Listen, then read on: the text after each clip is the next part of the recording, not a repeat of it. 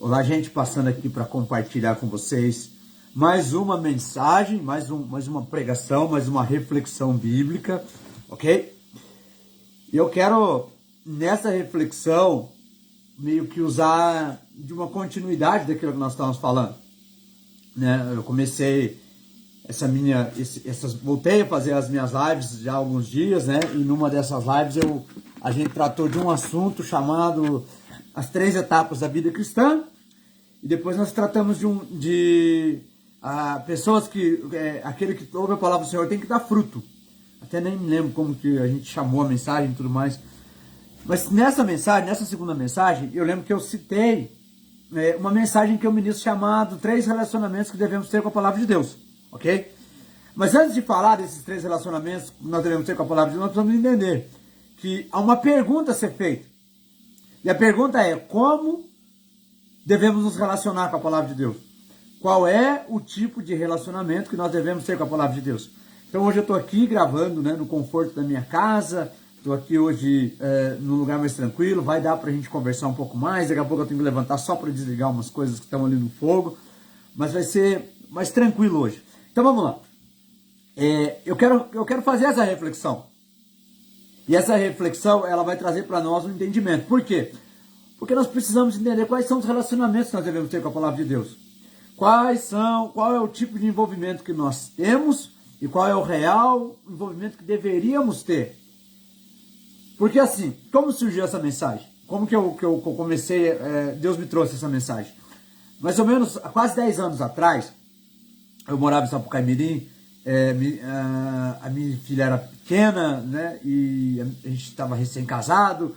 Eu me lembro que numa ocasião apareceu um amigo do meu irmão lá em casa, com o meu outro irmão, né? Um amigo do meu irmão quase mais velho, com o meu irmão caçula apareceram em casa, um amigo da família. Esse cara chegou em casa e disse assim para mim: olha, você já pregou em tal lugar? Eu disse: não. Ele falou: cara, se prepara, Deus vai te levar para pregar nesse lugar. Ainda não preguei nesta cidade propriamente dito, mas o cumprimento da promessa começou. Não cheguei a essa parte da promessa, mas Deus me levantou. Mas o que me chamou a atenção é que no meio dessa conversa, esse cara me disse o seguinte: olha, eu preciso que você entenda uma coisa, que você precisa ler a Bíblia para você pregar. Eu me lembro que eu fiquei maravilhado com essa revelação de Deus, né? Você precisa aprender a Bíblia porque você vai pregar a Bíblia. Mas quando eu vou só que aí Deus me levanta para um chamado, um ministério de pregação. E o que me incomodou? É porque assim, havia muitos pregadores, mas havia poucos ensinadores. E eu comecei a perceber que Deus estava me chamando para essa área, para esse ponto do ministerial, que é do ensino. Então assim, olha que interessante. Deus me levanta para essa área do ensino e eu começo a ler, eu começo a buscar, eu começo a meditar na palavra de Deus. E assim, sem um versículo específico, eu sabia que eu devia estudar, meditar para colocar essa palavra em prática na minha vida e ensinar outras pessoas.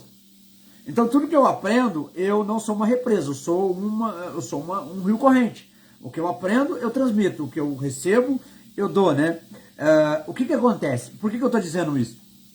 Porque, embora o que o amigo do meu irmão tenha dito seja algo importante para a minha vida, ministerialmente destravou muita coisa da minha vida, ele continha a verdade, mas não era toda a verdade. Então eu pude entender. E aqui nós vamos entrar no texto. Esdras capítulo 7, verso 10, está escrito assim: porque Esdras tinha decidido estudar a lei do Senhor e a praticá-la e a ensinar os seus decretos e mandamentos aos israelitas. Olha que interessante. Assim, olha aqui, eu li na NVI, né? Mas olha, por exemplo, o que significa Esdras? Né? O nome Esdras significa o Senhor ajuda. Quem era esse cara? Ele era um escriba e sacerdote, enviado do rei Artaxerxes a Jerusalém, né? Na construção dos muros, né? Por que esse cara ficou conhecido? Por voltar a Jerusalém com o apoio do rei Artaxerxes da Pérsia e a sua solicitude pelos pormenores da lei de Deus. e estabeleceram, ele também ficou famoso por estabelecer um sistema de educação religiosa e de restaurar a verdadeira adoração. Então, esse Esdras era um cara dedicado, né? Ele era um cara que ele ia a fundo naquilo que ele queria. Então, vamos lá. Antes de entrar na nossa conversa, eu gostaria de falar um pouco sobre a palavra de Deus, né? Então, nós vamos falar do relacionamento com a palavra de Deus, nós precisamos entender a palavra de Deus. Então, olha que interessante. Sobre a palavra de Deus, nós precisamos entender que algumas coisas. Primeiro, a palavra é inspirada por Deus. Em 2 Timóteo, capítulo 3, versículo 16, a palavra diz assim: porque toda palavra é inspirada por Deus e útil para o ensino, para a repreensão, para a correção, para a disciplina, né? Então, assim, para quê? Aí ele vai dar um porquê. Para que o homem de Deus seja plenamente apto para toda boa obra. Mas em 2 de Pedro, capítulo 1, versículos 20 e 21, fala que nenhuma escritura, nenhuma profecia da escritura é de homem, mas ela é inspirada por Deus. Então, assim, como nós podemos ter certeza que essa palavra ela é realmente a palavra de Deus? Né? Como nós podemos ter certeza de que a Bíblia que nós carregamos é a palavra de Deus? Como Esdras tinha essa certeza? Primeiro, eu quero destacar aqui 3 coisas que a palavra de Deus carrega, que somente Deus carrega. Primeiro, a palavra de Deus é infalível. Jesus disse: olha, os céus, a terra passarão, mas a minha palavra não passará. Ou seja, a palavra de Deus, ela não falha. Não há uma só verdade bíblica que tenha sido derrubada até hoje. Não há uma só coisa que a Bíblia disse que nós não podemos confirmar hoje pela ciência, nós não podemos confirmar hoje, né, pelos experimentos científicos. Então, tudo que a Bíblia diz é infalível, é inerrante e infalível. Há pontos da Bíblia que são difíceis de entender, eu concordo. Há coisas na Bíblia que nós não conseguimos mensurar. Então, por isso que há vários intérpretes, por exemplo, os pré-tribulacionistas, os pós-tribulacionistas, os arminianos, os calvinistas, predestinação, não predestinação, né? Presciência, enfim. Mas a palavra de Deus em si, ela é infalível, ela não falha. O que está aqui, independentemente se nós entendemos ou não, é o que está aqui, é o que vai acontecer, né? Mas segundo, a palavra de Deus é inerrante. Assim como Deus não erra, né? A palavra de Deus é inerrante. Isso quer dizer que qualquer aparente contradição que há na Bíblia é um desafio de Deus para nós buscarmos, né? Por exemplo, lá em Mateus capítulo 4, versículo 1 ao 6, vai falar da tentação de Jesus.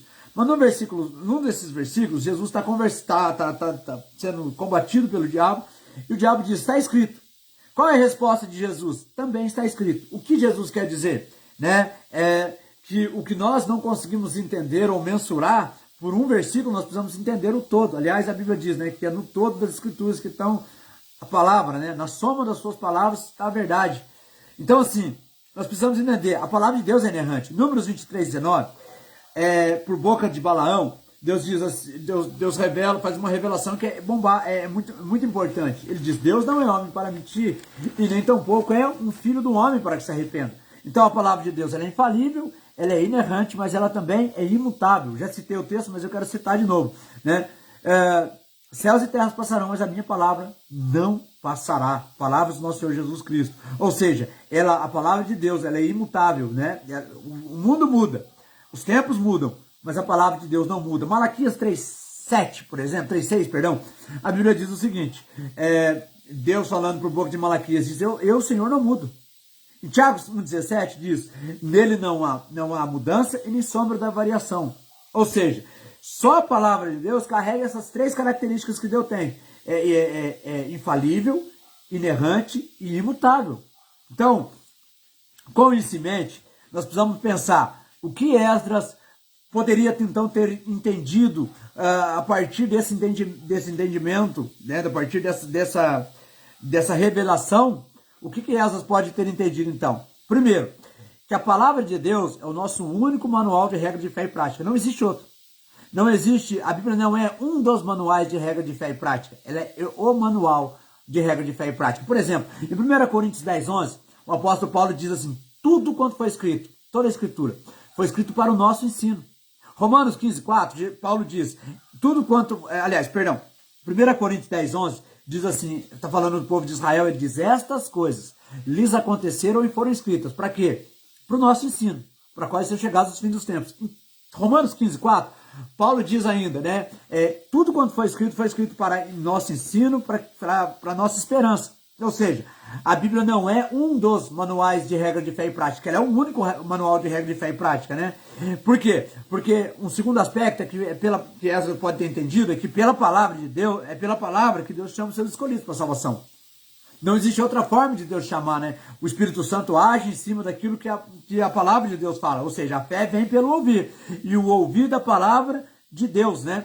Então, é pela palavra de Deus que Deus governa seu povo. É pela palavra que Deus alimenta, corrige, fortalece e orienta a sua igreja.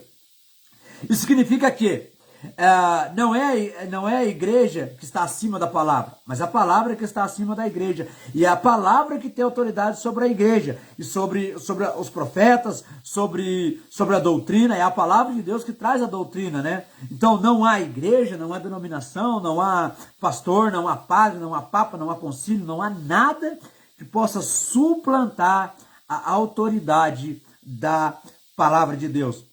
Sendo assim, Deus não tem compromisso, então, com a nossa palavra. Deus não tem compromisso com aquilo que eu falo. Deus tem compromisso com a sua palavra. É ela que é inerrante, é ela que é infalível, né? Isaías 55:11, por exemplo, Jesus diz, né? Assim como as chuvas caem do céu e não voltam para lá sem ter regado a terra e feito o que lhe apraz, ele diz, assim também é a minha palavra. Ela vai e cumpre aquilo que lhe apraz. Ou seja, qual é o compromisso de Deus? O compromisso de Deus não é com a palavra do pregador, é com a sua palavra. É ela que tem a promessa de não voltar para Deus vazia. É essa palavra que tem a promessa de não voltar para Deus sem que se cumpra aquilo que lhe apraz. Então nós precisamos entender, nesse caso, que o pregador,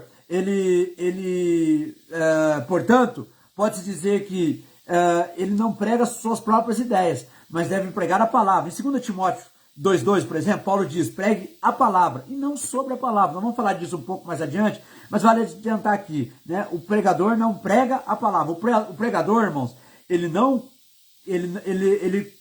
monta o sermão, mas a mensagem está no texto. A mensagem da palavra está no texto.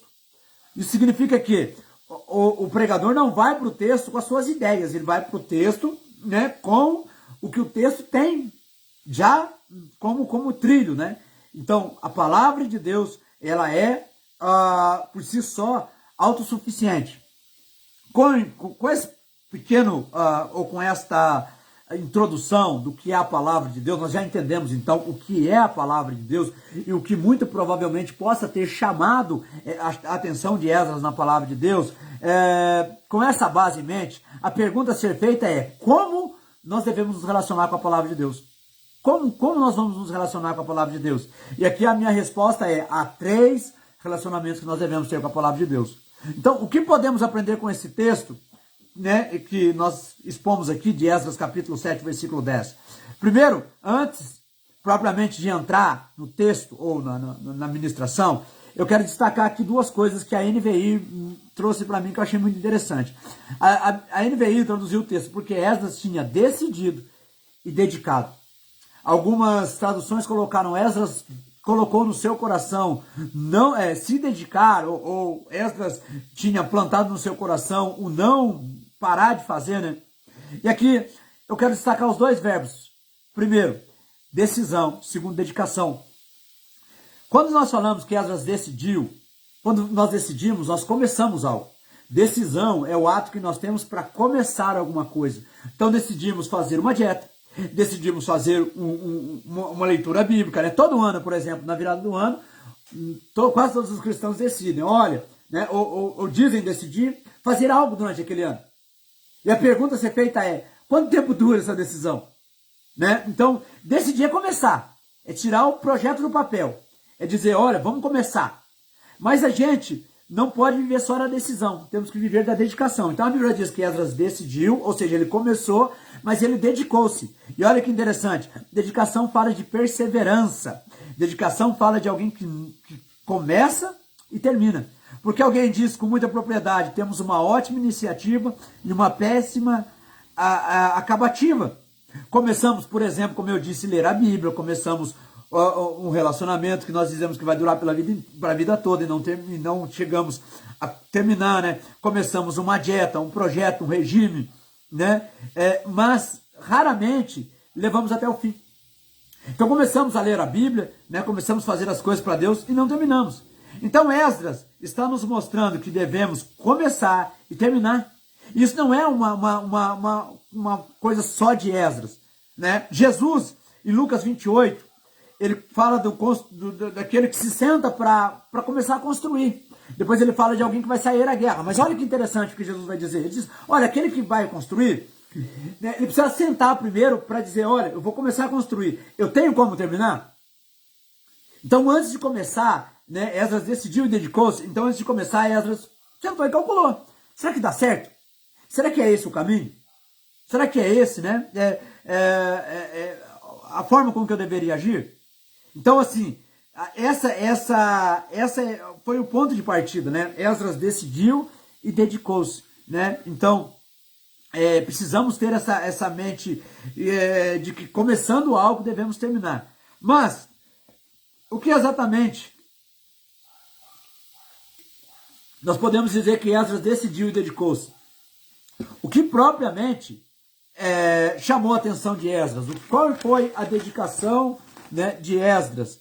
O texto diz que Esdras decidiu e se dedicou a 3 coisas. Primeiro, estudar a lei do Senhor. Segundo, praticar a lei do Senhor. Terceiro, ensinar a lei do Senhor. E é sobre esses 3 pontos que nós vamos tratar a partir de agora. O vídeo vai ficar um pouco longo, mas é sobre esses 3 pontos que nós vamos tratar agora. Só um minutinho que eu volto já.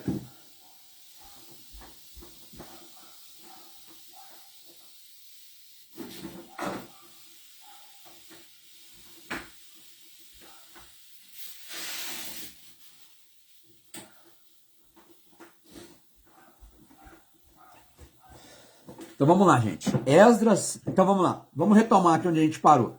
Esdras decidiu e dedicou-se a estudar, praticar e ensinar.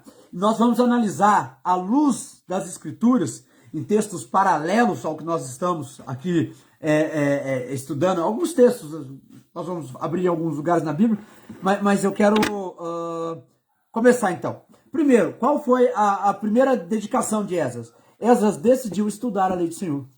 E olha que interessante, eu gosto de pensar que quando a Bíblia fala a respeito de um assunto repetidas vezes, não é só um assunto, não é só uma informação, mas é uma ênfase.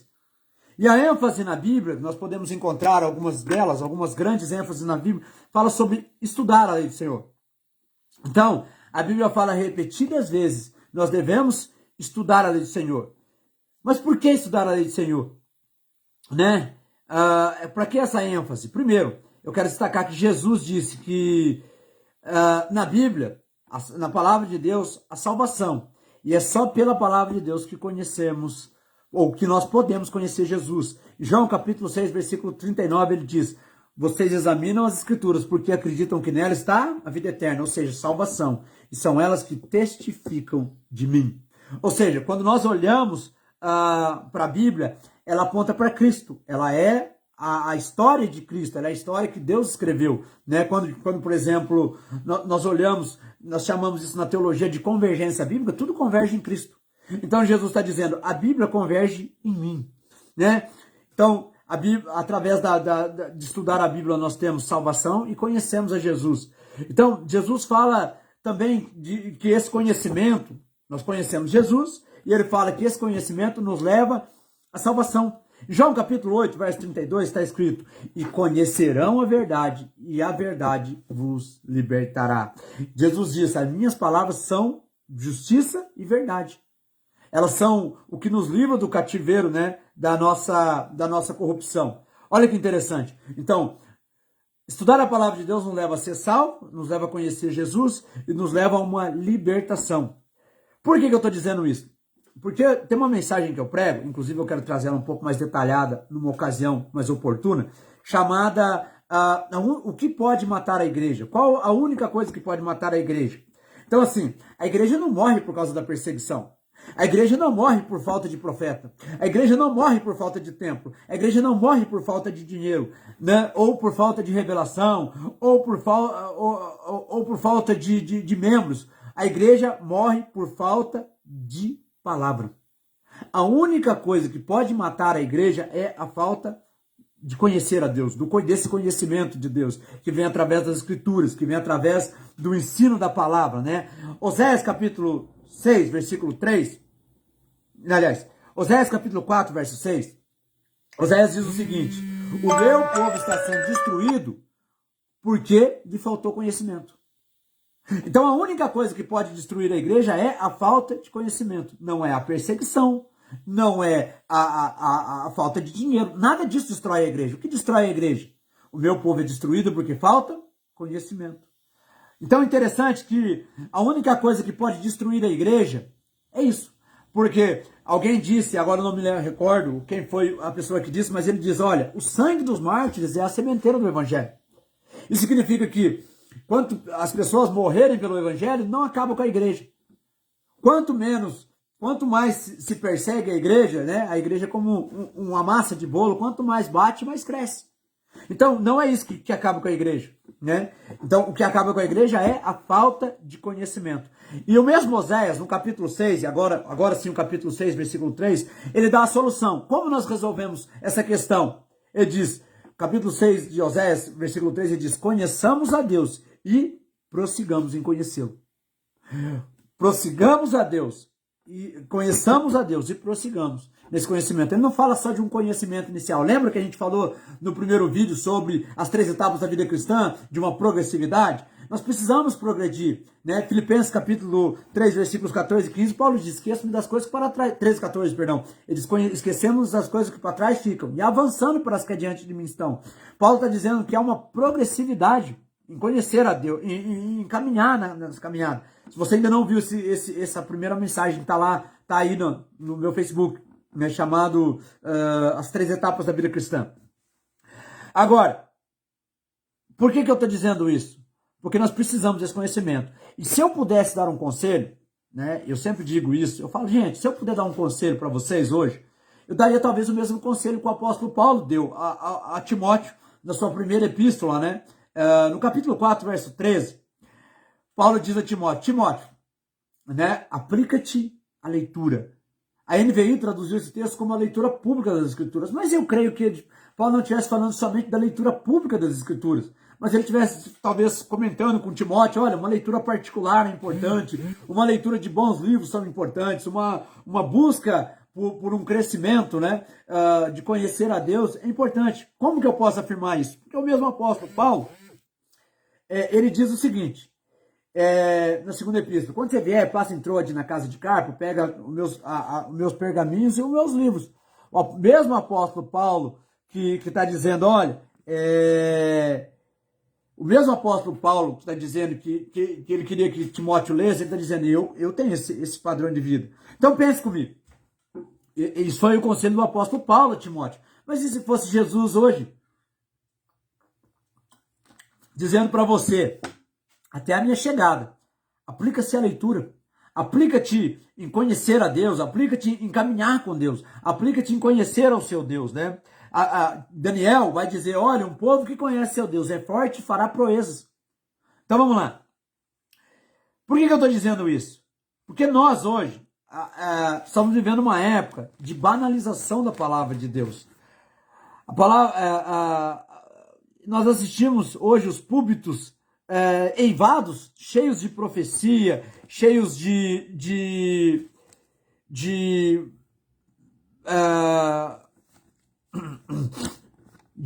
profecias, cheios de revelações, cheios de tudo, cheios de teologia, menos da palavra. Eu não estou aqui advogando contra a teologia, eu sou muito fã da academia, eu amo aprender, eu amo o conhecimento da palavra de Deus, mas o que falta para as pessoas? Sensibilidade, contato com a palavra de Deus. Né? Eu me lembro que agora, uns dias atrás, eu vi um vídeo do pastor Gesiel Nunes Gomes, onde ele diz que o pessoal tem pregado o tempo todo Flávio Joséfo e não Bíblia. Então, no tempo de Flávio Joséfo, porque o Flávio Joséfo escreveu, porque não sei quem escreveu, mas o que a palavra de Deus diz? né? Então nós temos que conhecer a palavra. Por quê? Porque os nossos púlpitos são cheios de pessoas que fazem muita coisa, menos que pregam a palavra de Deus. Aliás, isso vem de um entendimento errado. As pessoas dizem, né? Eu tenho frequentado algumas igrejas e me parece que a ênfase no alfabetismo. As pessoas dizem, não, mas porque fulano conhece, fulano tem teologia, mas não tem o poder de Deus. E eu concordo que em alguns lugares tem isso. Mas há muita gente que tem né, uma vida de oração boa, mas não tem uma boa teologia. E a teologia, ela é mãe da ética. A teologia define o que você crê. E se você não tem uma boa teologia, né, quanto pior é a teologia, pior fica a pregação. Quanto mais ruim a teologia, pior. Quanto mais se prega, pior fica. Então, olha aqui, que doido. Nós precisamos de líderes com intimidade com a palavra de Deus. Pessoas que decidam estudar a palavra de Deus. Por quê? Eu vou finalizar esse tópico aqui, porque o vídeo vai ficar longo. Mas olha só, uma pesquisa aponta que 30% dos pastores titulares dessa pesquisa antiga no Brasil nunca leram a Bíblia, nem ao menos uma vez na vida. E esse dado é alarmante, porque são esses líderes que têm a incumbência de ensinar. Então, quando eu li Oséias capítulo 4, 6, se você ler até o versículo 9, ele diz, porque os seus profetas não têm o domínio da lei. Os profetas não têm o domínio da lei. Aqueles que deveriam ser o portador da verdade, das verdades bíblicas, eles não conhecem a Bíblia. Aqueles que deveriam ser os ensinadores do povo não conhecem a verdade. Aqueles que deveriam falar da palavra de Deus não conhecem a verdade de Deus. Mas há um perigo muito grande, porque precisamos nos relacionar com a palavra de Deus, né? Aprendendo, mas nós não podemos aprender como um fariseu aprende, né? Porque o fariseu é aquele que ouve, né? Jesus disse, olha, façam o que eles falam, mas não façam o que eles fazem. A teologia tá boa, mas a prática tá ruim. Por que eu estou dizendo isso? Porque, olha só, Deus diz que nós devemos prosseguir, nós devemos conhecer a palavra de Deus, para que no segundo ponto, que é o nosso segundo ponto da mensagem, nós precisamos entender o seguinte: Esdras decidiu e dedicou-se a estudar a lei do Senhor e a praticá-la. Nós precisamos, né? Não só ler a palavra de Deus, não só conhecer a palavra de Deus. Como disse John Stott, devemos ter luz na mente e fogo no coração. Olha que interessante essa frase. Luz na mente e fogo no coração. Uma mente esclarecida e um coração cheio do Espírito Santo de Deus. Para podermos, então, não sermos somente ouvintes da palavra, mas praticantes. Olha só o que Tiago vai dizer. Tiago, capítulo 1. Eu vou ler dos versículos 21 a 25. Que diz assim: sejam, pois, praticantes da palavra de Deus, e não apenas ouvinte, enganando a si mesmo. Aquele que ouve a palavra de Deus, mas não põe em prática, foi o texto que a gente leu, né? Se você quiser uma apuração mais profunda desse entendimento aqui, a gente falou outro dia, mas vamos lá. Aquele que ouve a palavra de Deus, mas não põe em prática, é semelhante a um homem que olha a sua face em um espelho, e depois de olhar a si mesmo, sai e logo se esquece de sua aparência. Mas o homem que observa atentamente a lei perfeita, que traz a liberdade e persevera na prática dessa lei, não esquecendo-se o que ouviu, mas praticando-a, será feliz naquele que fizer. Então, não só ouvir, mas praticar. E aqui, eu quero falar para vocês, o espelho é onde nós enxergamos o nosso todo. Seja a nossa parte boa, né? Tipo assim, o espelho não é algo que nos traz somente aquilo que nós temos de bonito. Por exemplo, se você olhasse para o espelho e dissesse, nossa, eu só vejo minhas coisas bonitas. Pode ser que você foque nas coisas bonitas, mas o espelho te mostra todo. O espelho não te mostra só parte de você, mas ele mostra seu todo. O espelho mostra você por completo, né? E é isso que a palavra de Deus fala, né? É por isso que em Tessalonicenses, em Colossenses, Paulo diz, Colossenses, ele diz assim, e o Deus vos santifica em tudo, espírito, alma e corpo. Certo? Em 1 Tessalonicenses 5, 23. Tá lá esse texto. Não tá aqui, aí eu acabei me perdendo. Mas vamos lá. O espelho não mente e não muda o rosto do freguês. Então o que nós precisamos entender? Que o espelho é algo real. Então, já percebeu? E aqui nós estamos falando de quem pratica, né?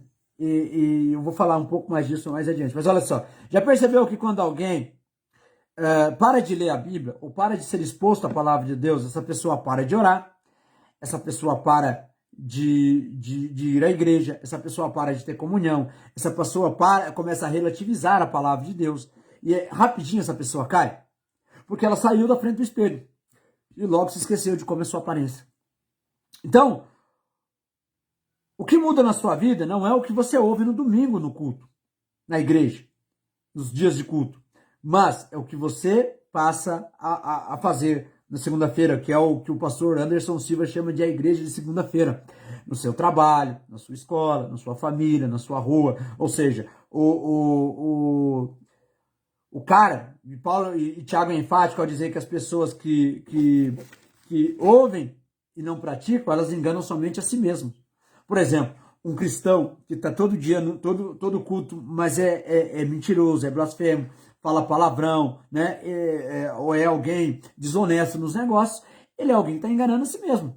Por quê? Seja seus vizinhos, seja sua esposa, seja os seus familiares, eles sabem quem você é. Então, ouvinte da palavra, né? Não adianta você ter um bom domínio da oratória, da retórica, da hermenêutica, da exegese, de uma boa teologia. Mas se você é ouvinte da palavra e não é praticante, você é semelhante a um homem que olha no espelho. Você é semelhante a alguém que, né, não está de acordo com a vontade de Deus. Agora, como é que nós podemos saber se estamos firmes? Quais são as marcas, e juntamente com essas marcas, quais são as vantagens e desvantagens daquele que pratica a palavra de Deus? Eu quero destacar aqui, eu vou destacar bem rápido, tem um vídeo já anterior a esse, que eu falo sobre o assunto, mas eu quero destacar aqui, e que há pelo menos 4 coisas que nós podemos destacar a respeito daquele que ouve a palavra de Deus e pratica. Dentre elas, a primeira que eu quero destacar é que aquele que pratica a palavra do Senhor, ele tem alicerce. Na parábola do semeador, na palavra do construtor insensato, de Mateus 7, verso 24 em diante, Jesus fala a respeito de um homem que construiu sua casa sobre a areia e de um cara que construiu sua casa sobre a rocha. Ele fala de adversidades que vieram tanto sobre um como sobre outro, mas ele fala de um que conseguiu se manter de pé, porque estava alicerçado sobre a rocha, e de outro que caiu, porque não estava alicerçado sobre a rocha. Então, todo aquele que ouve a palavra de Deus, e Jesus está dizendo, ele começa a parábola dizendo, aquele que ouve minhas palavras e as põe em prática é semelhante a um homem que construiu sua casa sobre a rocha. Então, ouvir a palavra de Deus e ser praticante não é só para que você enxergue os seus defeitos ou as suas qualidades, mas é para que você esteja firme. Aquele que ouve a palavra e pratica é semelhante ao homem que constrói a casa sobre a rocha. Aquele que ouve e não pratica, como que constrói a casa sobre a areia. Sobre ambos vão vir a dificuldade, porque a dificuldade vem sobre o justo e sobre o injusto. Jesus diz, a chuva é derramada tanto sobre o justo como sobre os injustos. O sol nasce pro bom, nasce pro ruim, nasce pro honesto, pro desonesto, pro bandido, nasce para aquele que, pro adúltero, pro não adúltero. Deus está dizendo, olha, mas aquele que está alicerçado na palavra de Deus, ele vai passar pelas dificuldades. Ele vai, né, até inclusive agora, no próximo tópico, eu vou falar um pouco disso, mas olha que interessante. Aquele que ouve as palavras do Senhor e pratica, ele automaticamente tem que dar fruto. Então, assim, ouviu a palavra de Deus, praticou, está firme, dá fruto. Na parábola do semeador, em Mateus 13, versículo 1 a 13, depois de Deus dar uma continuada, Jesus fala a respeito de 4 tipos de solo. Jesus não está falando propriamente de solo, ele está tratando de pessoas. Mas ele fala de 4 tipos deles. A beira da estrada, que é aquele solo duro, são pessoas que você fala do evangelho, não quero saber do seu Cristo, não quero saber do seu Deus, não tenho interesse naquilo que você está falando, né? O seu Deus não me interessa. Esses são o solo duro. A semente não brota, nem chega a brotar, né? O inimigo toma já antes dela brotar. Mas depois ele fala de um solo pedregoso. E esse solo pedregoso são pessoas que você pode evangelizar, que elas param para te ouvir, elas param para ter uma... Perdão. Elas têm uma certa curiosidade em aprender a palavra de Deus. Elas têm um certo interesse pela palavra de Deus. Mas elas não deixam que a raiz entre. Elas estão com o coração duro. E não entra. Não se forma raiz. Então, Jesus diz que esse é o solo cheio de pedra, né? São pessoas que é o primeiro sinal de um problema, de um calor, de algo, né? Seja... qual seja o problema ou a dificuldade, elas já se deixam ser derrubadas, né? Então a palavra de Deus começa, mas assim, na primeira dificuldade já se dissipa. Mas há um terceiro solo que Jesus fala, e esse é o que me chama muita atenção, né? Porque ele fala de um solo que ele começou a germinar, a planta cresceu, junto com ela cresceram as adversidades, junto com ela vieram coisas porque não se deixou ser trabalhado pela palavra de Deus, né? O solo não se deixa ser trabalhado pela palavra de Deus, logo a semente que cresce, ela cresce junto com outras coisas acompanhando ela. Ele diz que esse terceiro solo, eu compararia, por exemplo, a pessoas que estão dentro da igreja. Eu conheço muitas delas, pessoas que vão aos cultos, pessoas que são, muitas das vezes, dizimistas, ofertantes, são pessoas que são participantes das atividades da igreja, né, estão participando, seja lá das campanhas, dos trabalhos da igreja, do evangelismo, mas que ainda deixam coisas competir com a palavra de Deus, deixam distrações competirem com a palavra de Deus. E se deixarmos que as distrações compitam com a palavra de Deus, Jesus disse, olha, essas coisas, elas vão sufocar a palavra de Deus. É isso que Jesus vai dizer, olha, os espinhos são os problemas dessa terra, são as adversidades. Mas ele fala também não só disso, ele fala que são as riquezas, são as coisas boas. Então Jesus está dizendo, existem coisas que podem competir conosco, podem competir com aquilo que Deus tem para nós. Tem uma mensagem que eu prego, que agora eu esqueci o nome na mensagem, mas que eu falo a respeito disso, né? De pessoas que... Aliás, propostas perigosas, eu lembrei. Então tem no Propostas Perigosas, tem uma parte que eu falo a respeito disso, né? Que coisas boas podem competir com aquilo que Deus tem para nós. Então, por exemplo, Jesus vai contar na parábola, está lá em Lucas, ele vai falar o seguinte, ele fala, olha, um certo senhor deu um banquete. E nesse banquete ele manda convidar as pessoas. E as pessoas começam a recusar. Essas pessoas começam a dizer, olha, eu comprei um lote, outro comprei uma junta de boi, outro diz, eu me casei, eu não posso ir. Eu não posso dizer que nenhuma dessas coisas são ruins. São coisas boas e lícitas. Mas Jesus diz, competiram com aquilo que era melhor. Então, a mentalidade não é essa. A mentalidade que nós devemos ter como servos de Deus, filhos de Deus, é diferente dessa mentalidade. Não podemos, em hipótese alguma, pensar que a nossa mentalidade é de pessoas que vão deixar a palavra de Deus crescer junto com outras coisas. Então, ou nós nos dedicamos à palavra, Mateus capítulo 6, verso 33, Jesus diz, e primeiro vem o reino dos céus e a justiça, e as outras coisas, elas vêm depois. Porque no contexto de Mateus 6, Jesus disse, olha, vocês estão preocupados com o que vocês há de comer, de vestir. Ele diz, Deus sabe que vocês precisam dessa coisa. Então, olha só, ele está dizendo, Deus vai suprir quando você lançar sobre ele, né, as suas ansiedades. Paulo escreve e diz, olha, não andeis ansiosos por coisa alguma. Antes, em tudo, seja as vossas petições conhecidas diante de Deus. Então, tem como você tá dentro da igreja, e esse terceiro solo é perigoso, porque são pessoas que estão dentro da igreja. São pessoas que já ouviram o evangelho, já foram evangelizadas, já foram levadas até Cristo, né? Que é o que Hebreus, e nós vamos citar Hebreus lá no último tópico, mas Hebreus fala de pessoas que foram iluminados, provaram o dom celestial, foram participantes da palavra de Deus. Eles caíram. São pessoas que não frutificaram porque deixaram que outras coisas competissem com a palavra de Deus. Então, esse é o crente, esse é o que nós mais encontramos. Porque não é difícil você sair na rua e encontrar uma pessoa e dizer, pô, vai na minha igreja, pô, já fui da igreja, não quero mais, eu não estou mais afim. Aí você pergunta, normalmente ela teve uma decepção, normalmente aconteceu algo, ou perdeu, ou o casamento não estava indo bem, ou as finanças não estavam boas, ou alguma coisa aconteceu que tirou elas do foco.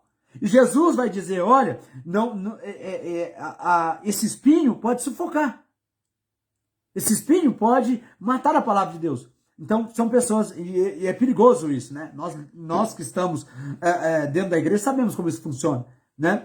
Mas uma quarta característica, então vamos lá. Quais são as características de quem pratica? Primeiro, nós falamos a respeito do alicerce.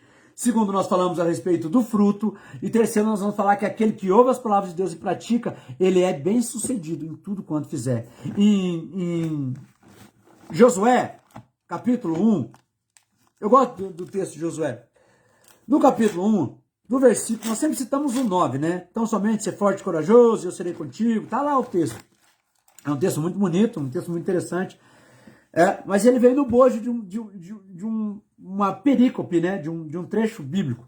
E no texto, nos versículos anteriores, eu vou citar o 7.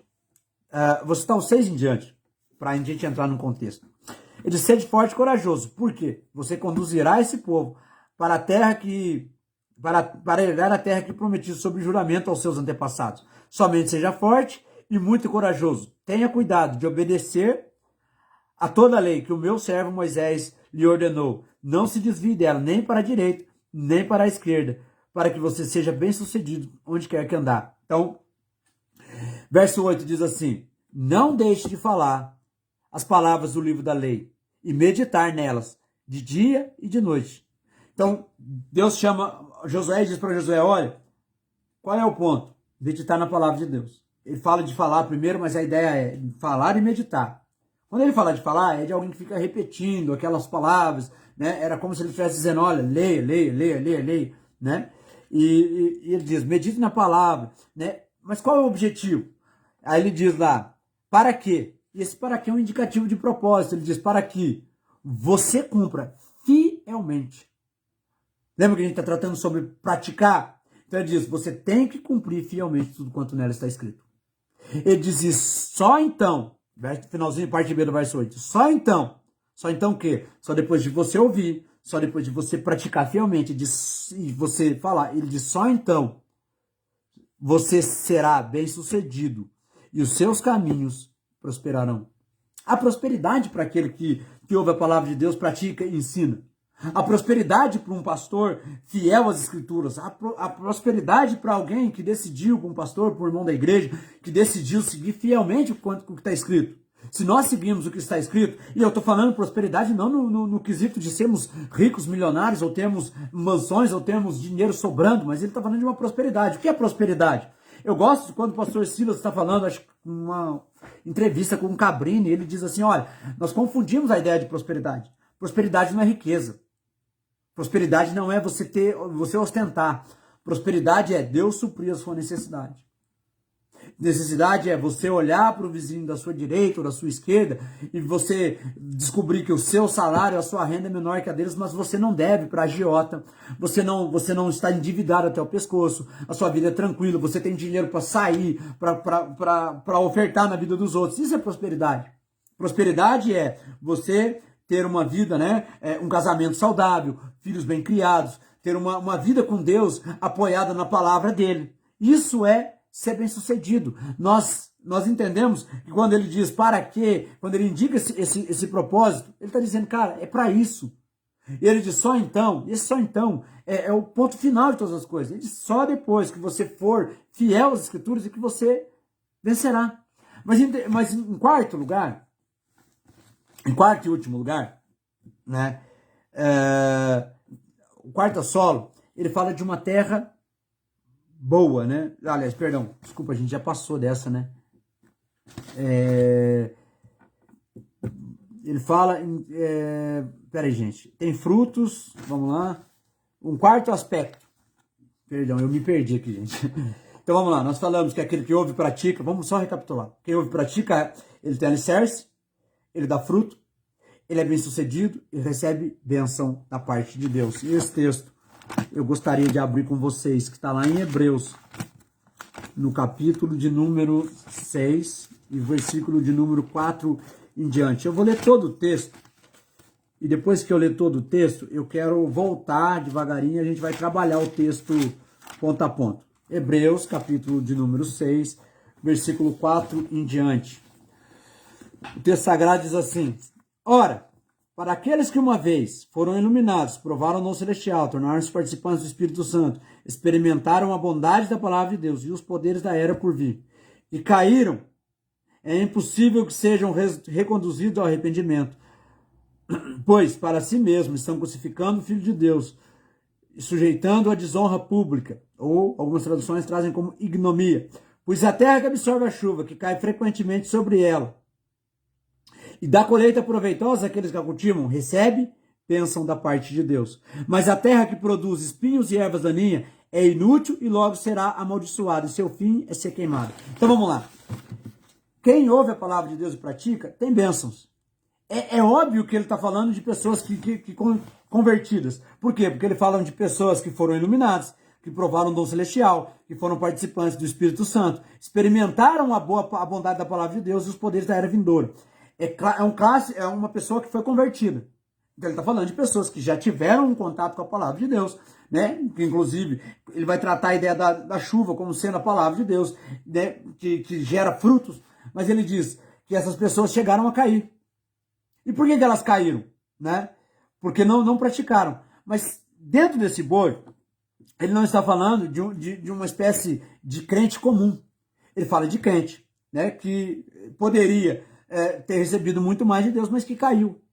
Agora, qual é a lógica dele? Ele diz o que se manteve de pé, o que produziu erva boa para aquele que a cultivou. Ele diz, esse recebe bênção da parte de Deus.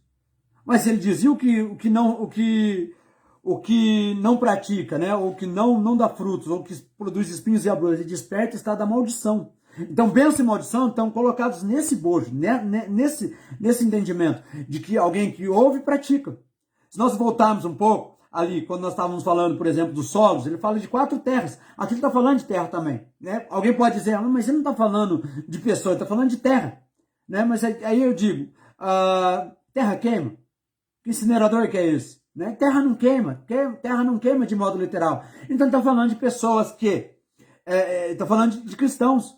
Porque terra não é iluminada, terra não tem poder do Espírito Santo. Então ele está contando, ele está falando, está dando uma doutrina, ele entra com uma alegoria e dentro dessa alegoria ele está dizendo, olha, é isso que acontece com fulano e com ciclano. Então nós precisamos entender que a prática da palavra de Deus traz tudo isso para nós. Traz um alicerce afirmado, como nós afirmamos atrás, traz uma vida frutífera, um crente que não produz, não existe prosperidade estéril, não existe uma igreja sadia sem crescimento. Aliás, depois, no final, eu sempre gosto de falar de alguns livros que eu li, que eu acho interessante ler. Então, quais são as marcas de um cristão? São essas. Então, ele tem alicerce, ele tem frutos, né?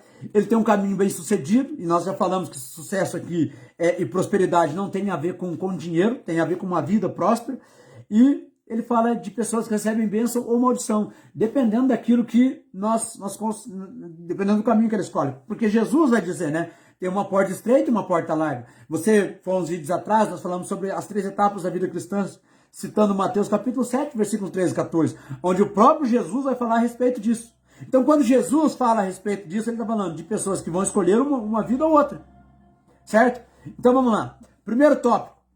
Esdras decidiu e dedicou-se a estudar a lei do Senhor e a praticá-la. Agora nós falamos sobre praticar. Em terceiro e último lugar, ele fala agora de pessoas que após assimilarem, agora começam a transferir. Ele diz que decidiu estudar, praticar e ensinar a lei de Deus.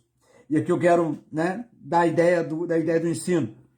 E eu quero começar dizendo o seguinte, a forma com que Deus decidiu se revelar, ou revelar a sua vontade, ou comunicar o seu desejo, foi por meio da palavra, foi por meio do ensino da palavra.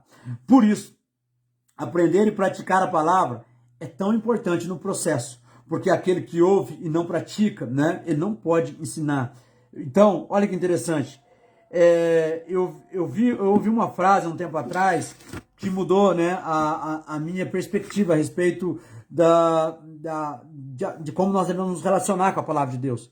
O Hernandes Dias Lopes, ele diz numa das suas pregações, quem não se senta atrás das escrituras para aprender, ele jamais poderia ficar de pé diante de uma congregação para ensinar, né? E isso faz todo sentido na construção do nosso raciocínio. Por quê? Nós falamos do primeiro relacionamento de alguém que aprendeu. Olha que interessante. Então, assim, eu aprendi, eu coloquei em prática, né? Ou seja, eu fiz o laboratório, deu certo. Né? Eu aprendi pela experiência que eu tenho com Deus. E agora chegou a parte de comunicar. Porque esse foi o plano de Deus. É assim que Deus faz com a igreja. Porque olha para você ver. Jesus, na grande comissão, Mateus 28, 19, ele diz, portanto, vão por todo mundo, prega o evangelho a toda criatura, né? E esse, portanto, ele está ligando a um assunto antigo, ao que ele está entrando agora. Ele está falando sobre o poder que ele recebeu, né, do Espírito Santo. Nós vamos falar disso um pouquinho mais, do Espírito Santo, da liderança de Deus e de uma agenda. Ele diz que assim, olha que interessante, ele diz, portanto, vão por todo mundo, preguem o evangelho a toda criatura, quem crer e for batizado será salvo, e quem não crer já está condenado, ok? Então vamos lá. Aqui Jesus não está dizendo, olha, vou dar uma dica para vocês. E é isso que a gente precisa entender, gente. Porque assim, eu olho para alguns cristãos e eu penso, eu acho que esse camarada achou que o que Jesus deixou lá foi um hashtag fica a dica. Ah, cristão, quando você puder, se você puder, se tiver no seu alcance, se você não tiver nada mais importante, se a Netflix não tiver algo para você, pega o evangelho. Não foi isso que Jesus disse. Ele disse, portanto, vocês devem ir para todo mundo pregar o evangelho. Isso foi ratificado em alguns textos que nós vamos citar daqui a pouquinho, mas, por exemplo, em Atos 1:8 diz, ficar em Jerusalém até que do alto sejais revestidos de poder. E então serão minhas testemunhas, tanto em Jerusalém, como na Judéia, como em Samaria, até os confins da terra. Essa agenda de Atos dos Apóstolos, 1:8, ela começa a se cumprir, porque de Atos, capítulo 1 ao versículo 7, o evangelho está só em Jerusalém e Judéia. Mas de lá ele vai para Samaria, com Filipe. Em Atos 9, ele já alcança o território gentílico, com a conversão de Saulo, em Damasco. Capítulo 10 e 11, a conversão de Cornélio, em Cesareia Marítima. E depois de lá, capítulos 13 a 15, Paulo, na sua primeira viagem missionária. Capítulos 16 e 17, a segunda viagem missionária de Paulo. Nos capítulos posteriores, a viagem de Paulo para Roma, o seu naufrágio, a sua passagem pela ilha de Malta e a sua chegada a Roma. Ou seja, aquilo que Jesus havia dito vai se cumprir de maneira recorrente na história da igreja. Então Jesus diz, vocês precisam estar atentos. Mas olha que interessante. Jesus, ele diz que, lá em Atos 1:8, ele diz, ficar em Jerusalém até que do alto sejais revestidos de poder. E isso precisa ser muito bem entendido.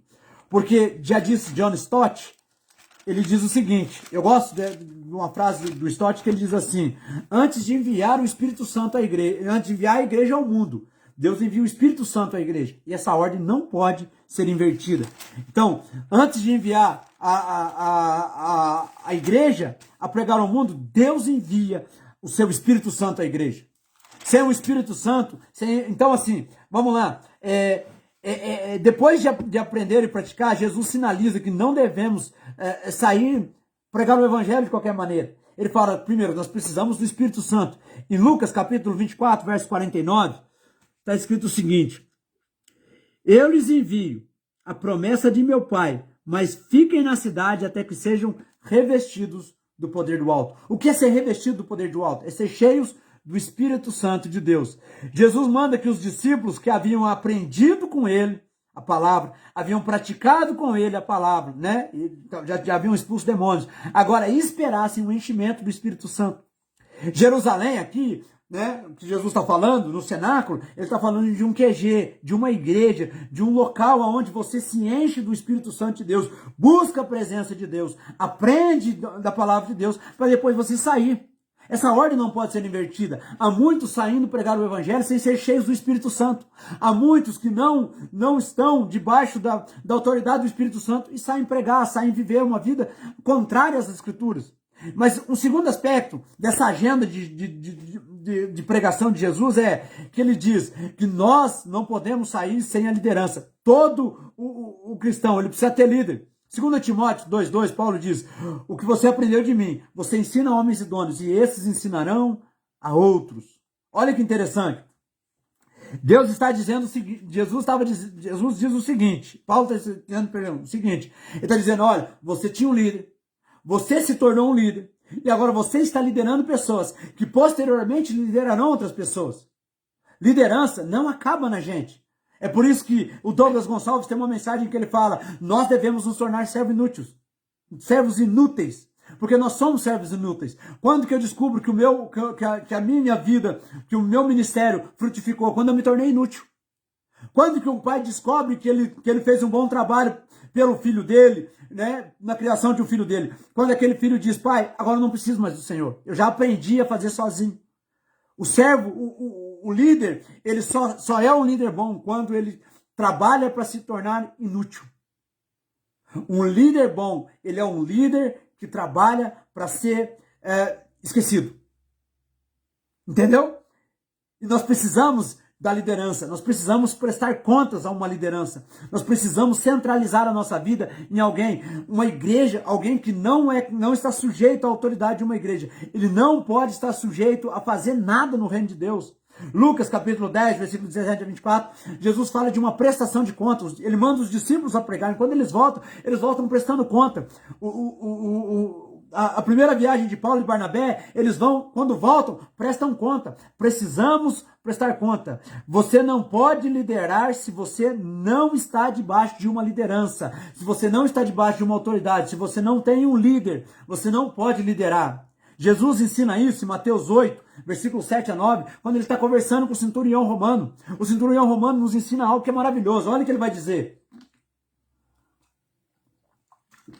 Ele diz assim para Jesus: olha, o senhor não precisa ir na minha casa, porque eu tenho pessoas ao meu comando. Ele entendia a autoridade de Jesus no reino espiritual, porque ele diz: eu tenho uma ordem de comando, tem pessoas acima de mim, tem pessoas abaixo de mim. Eu mando ele ir, ele vai. Eu mando ele voltar, ele volta. Por quê? Porque eu sou o homem que está debaixo de comando. E tem pessoas que estão debaixo do meu comando. Então um líder que não se submete à liderança de alguém, ele não é líder. Ele não pode liderar. Alguém que não presta conta, alguém que não tem uma igreja, uma denominação para se apresentar, ele não pode não pode liderar nada. Não tem como eu liderar algo se eu não tenho liderança de ninguém. Mas assim, cheios do Espírito Santo, debaixo de uma liderança e com uma agenda. Jesus diz que após Atos 1:8, ele diz que após o enchimento do Espírito Santo, havia uma agenda. Jerusalém, Judéia, Samaria e os confins da terra.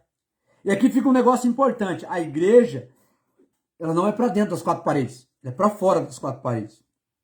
Eu me lembro de alguém ter dito, e eu achei muito linda essa colocação. Ele disse que ele foi numa igreja uma certa feita, e nessa igreja ele chegou e tinha uma placa, assim, quando você virava para ir embora, tinha uma placa que estava escrito assim: aqui começa o campo missionário.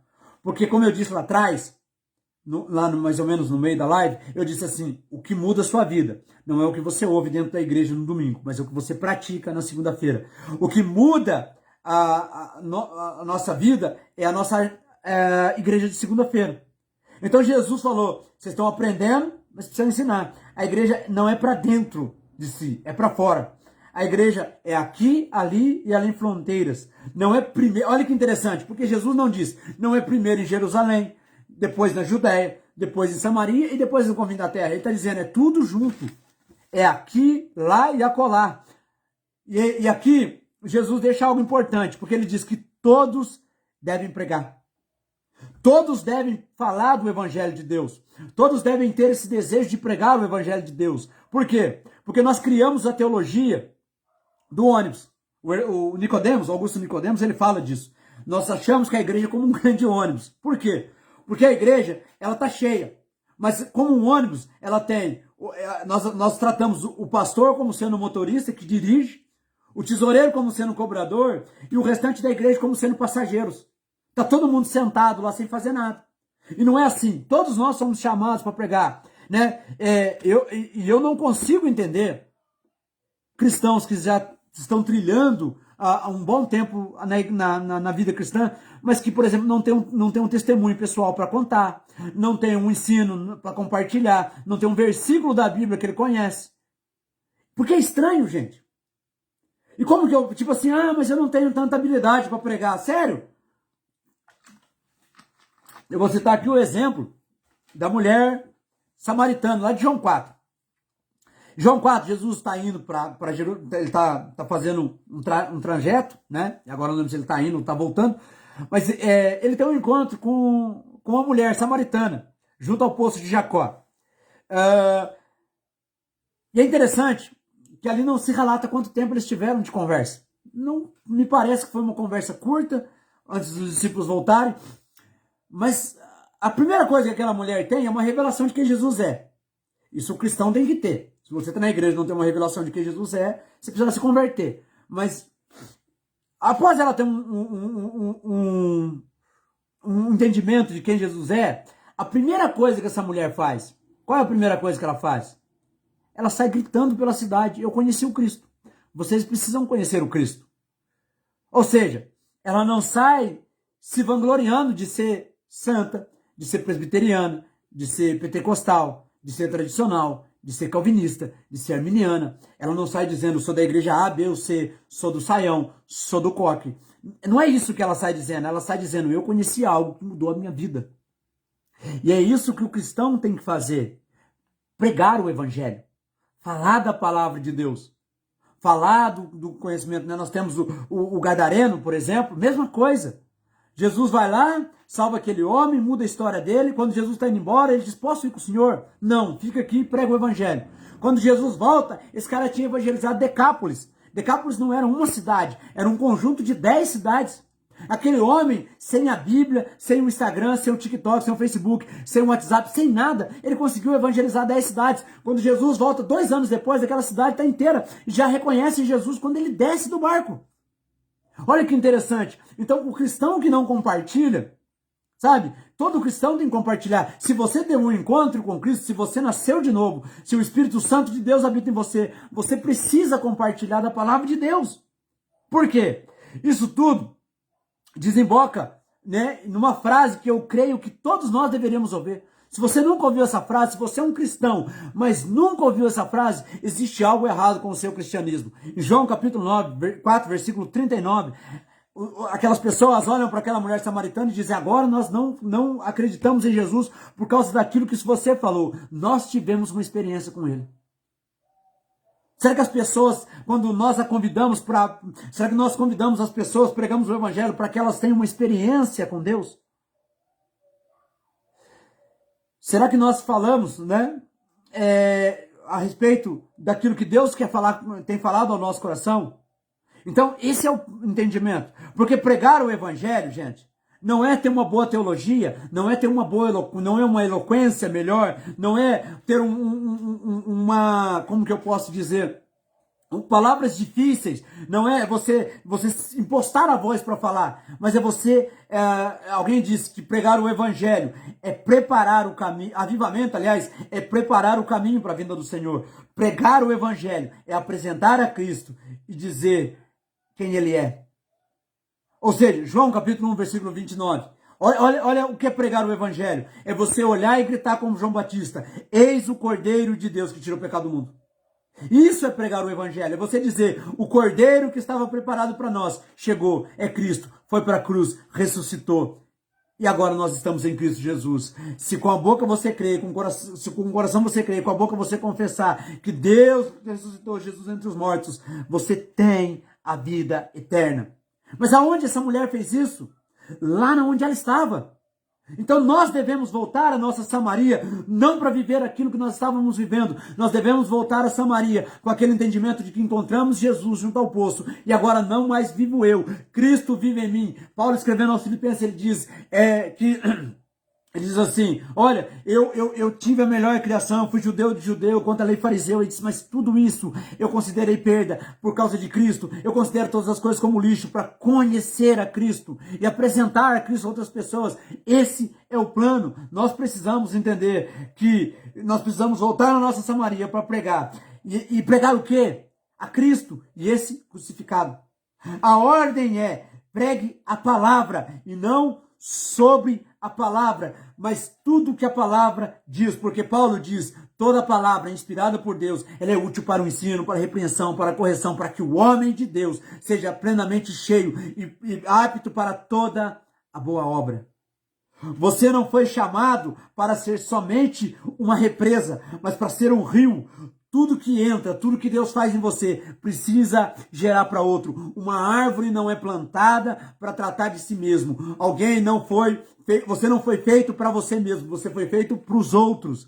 Você não foi feito para se locupletar, para ser autossuficiente. Você foi feito para encher os outros. Você foi feito para servir. Pregar a palavra de Deus é apresentar a Cristo. Assim como alguém te apresentou Cristo um dia, você precisa apresentar Cristo a outras pessoas. Mas você não foi chamado para ser somente essa represa, mas um rio. Agora, eu quero terminar isso aqui, ficou bem maior do que eu pensava, dizendo o seguinte, eu quero colocar um apêndice aqui, mas quero finalizar essa minha fala dizendo o seguinte. quais são os perigos de não pregar o evangelho? Quais são as consequências de não pregar o evangelho? O que nós perdemos quando não pregamos o evangelho? Em Josué capítulo 24, verso 15, nós falamos de Josué, mas eu quero voltar a Josué 24, 15. É um texto bastante conhecido, nós pregamos quando vamos falar em culto doméstico ou culto falando sobre família. Ele diz, não sei quanto a vocês, mas eu e minha casa vamos servir ao Senhor, né? Eu vou ler o texto na íntegra, que fica mais fácil. Josué, capítulo 24, verso de número 15. Vou ler o 14 para contextualizar. Ele diz, agora temam o Senhor e sirvam-no com integridade e fidelidade. Joguem fora os deuses que os seus antepassados adoraram além do Eufrates, no Egito, e sirvam ao Senhor. Se, porém, não lhes agradar servir ao Senhor, escolham a quem vocês devem servir. Se é o Deus que os seus antepassados serviram além do Eufrates, ou aos deuses dos amorreus, em cuja terra vocês estão vivendo. Mas eu e minha casa serviremos ao Senhor. Josué está dizendo de uma pregação, né? Por que nós precisamos pregar? Qual o perigo de não pregar? Ele está dizendo, nós temos a ideia. Josué está entrando num contexto, no capítulo 23, ele faz um timeline, um highlight dos melhores momentos, né, do povo. No capítulo 24 ele diz, bom, vocês têm essa visão do que aconteceu, do que Deus foi capaz de fazer. Ele diz, eu não sei vocês, mas eu e a minha casa vamos servir ao Senhor. E esse servir ao Senhor, ele está dizendo, nós vamos seguir aquilo que nós aprendemos. Mas olha que interessante, ele depois de relembrar esse povo, né, e olha como ele fala a respeito, ele fala do milagre de sair do Egito. Ele fala de cruzar 40 anos de deserto, com muitos sinais. Aliás, tem uma mensagem que eu falo, e agora cristão? Depois eu vou trazer mais adiante. Ele fala de como eles entram na terra prometida, sobre milagres. Agora ele diz, é ruim que eu vou servir os deuses antigos. É ruim que eu vou fazer da forma antiga. Ele diz, eu e minha casa vamos servir o Senhor. E a pergunta é, como foi esse servir o Senhor por parte de Josué? Foi legal? Aquela geração serviu. Mas em Juízes capítulo 2, verso 10, diz que levantou-se uma geração, após a geração de Josué, que não conhecia Deus. Olha que confusão, gente. Pensa comigo. Aquele povo viu tanta coisa, né? Foi uma geração que... Porque assim, essa geração de Josué é uma geração... A primeira geração é a que sai do Egito e morre no deserto. A segunda geração é a que nasce no deserto e entra na terra prometida. Mas a geração seguinte, que é depois de Josué, ela conhece a Deus. E na terceira geração já não conhece mais. Alguém diz que nós estamos há 3 gerações de perdermos completamente aquilo que foi construído até agora. E qual o perigo, né, de não pregarmos o evangelho? Porque nunca foi tão urgente lembrar o ID numa geração que sabe muito, mas fala pouco. Devemos ter a mesma indignação que Elias. Nós devemos carregar na nossa mente o mesmo que Elias. Qual foi a indignação de Elias? Ele diz, 1 de Reis 18, ele diz, Senhor, eu não sou melhor do que meus pais. Mas no contexto dessa história, é um cara que está vendo o povo titubeando entre 2 pensamentos. Ele fala desse pessoal titubeando entre 2 pensamentos, ele diz, não cocheis entre 2 pensamentos, se Deus é Deus ou se Baal é Deus, adorai um ao outro. Ele vê fogo cair do céu, ele vê a história... O povo de Israel se arrependendo, caindo de joelho, gritando, só o Senhor é Deus. E agora esse cara está numa crise, dizendo, eu não sou melhor do que meus pais. E há 2 coisas que me chamam a atenção aqui, né? E que me acendeu um dia que eu estava orando a Deus, e assim, há 2 possibilidades a respeito dessa indignação de Elias. Primeiro, ou os pais deles eram muito ruins, e ele está dizendo, não sou melhor do que eles, eu sou igual. Meus pais nunca foram bons cristãos, eu não sou bom cristão. Meus pais nunca foram pessoas que serviram a Deus com integridade, eu também não sou. Mas eu não quero acreditar nisso. Porque aquele cara viu um avivamento acontecer, ele viu fogo cair do céu. Ele viu uma nação inteira gritando só o Senhor é Deus. Então eu creio que é diferente. Ele está olhando para os pais deles e dizendo, eles eram tão bons que eu me vejo como nada. Porque você já prestou atenção? Quando nós vamos conversar com pastores mais antigos, como são homens cheios de Deus. Antigamente não haviam os microfones, não haviam as tecnologias que nós temos hoje. E como era pregada a palavra de Deus, os enfermos eram curados, as pessoas eram transformadas, o Espírito Santo era derramado. Às vezes um pregador subia no púlpito e ele pegava o microfone e cantava um corinho, e a igreja era cheia do Espírito Santo. Essa geração que nós estamos vivendo é uma geração que não ama mais a Deus como deveria amar. É uma geração que levantou-se depois da geração de Josué, que não ama mais a Deus como deveria amar. E nós precisamos orar por um avivamento. Mas como que o avivamento vem? Ian Baldes, ele diz que o avivamento, aliás, Jonathan Edwards, ele diz que o avivamento vem quando a igreja é conclamada a uma vida de oração, a uma vida na palavra de Deus. Então, sabe, nós temos que olhar e dizer, eu estou longe da geração antiga. É só olhar a geração anterior, como eles tratavam o ensino da palavra de Deus e a pregação. Sabe? E é isso que nós precisamos entender. Porque qual é a incumbência da igreja? Pregar o evangelho. Vão por todo mundo, prega o evangelho. Aliás, quando Deus chama Abraão, lá em Gênesis 18, 19, ele diz, eu escolhi Abraão. Para quê? Para que ele ensine seus filhos e a descendência dos seus filhos. É para isso que a igreja é chamada, para conclamar, para pregar a palavra de Deus, para ensinar a próxima geração. Lá em Deuteronômio 6, né, ele diz, olha, você escutará essas palavras no ouvido dos seus filhos e falará dela na cama, no levantar, na mesa de jantar, no caminho, no dormir, todo o tempo. Em todo o tempo você tem que falar da palavra de Deus. Então o texto de Provérbios 22, 6, nós trazemos isso para dentro da nossa casa. Então nós dizemos, olha, ensina o filho onde deve andar. Sabe, você tem que ensinar seu filho. E é óbvio que você tem que ensinar seu filho. Mas a Bíblia não fala de só ensinar seu filho, ele diz, ensina a criança. Tenha o desejo de pregar o evangelho. Tenha o desejo de ensinar. Então com isso eu quero concluir a minha mensagem dizendo, nós devemos, né, nos aplicar, nos dedicar, né, decidir e dedicar.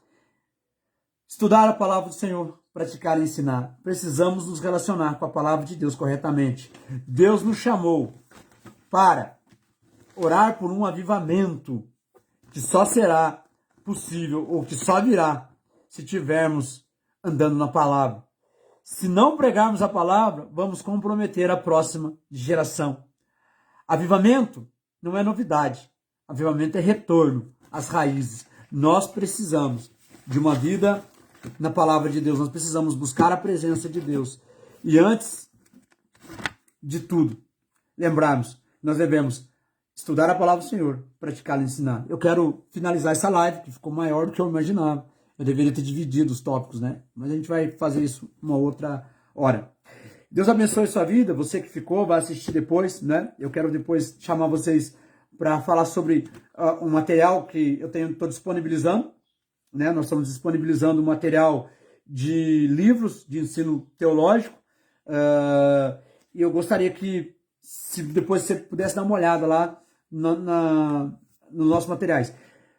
Para finalizar, eu quero dizer para vocês o seguinte, vou estar gravando de vez em quando, né? Não toda vez, mas sempre que você puder, dá uma olhada, tem mais vídeos aí, eu vou começar a trazer doutrinas bíblicas essenciais, vamos falar muito a respeito da palavra de Deus, e segue aí para mais pregações. Que Deus abençoe a sua vida. Se você não viu o vídeo inteiro, volte, tem bastante coisa aí que a gente falou, e que Deus abençoe a sua vida em nome de Jesus. Eu quero orar e finalizar essa live. Pai, nós oramos a Ti, Senhor, para que o nosso coração seja incendiado por isso que nós falamos aqui agora.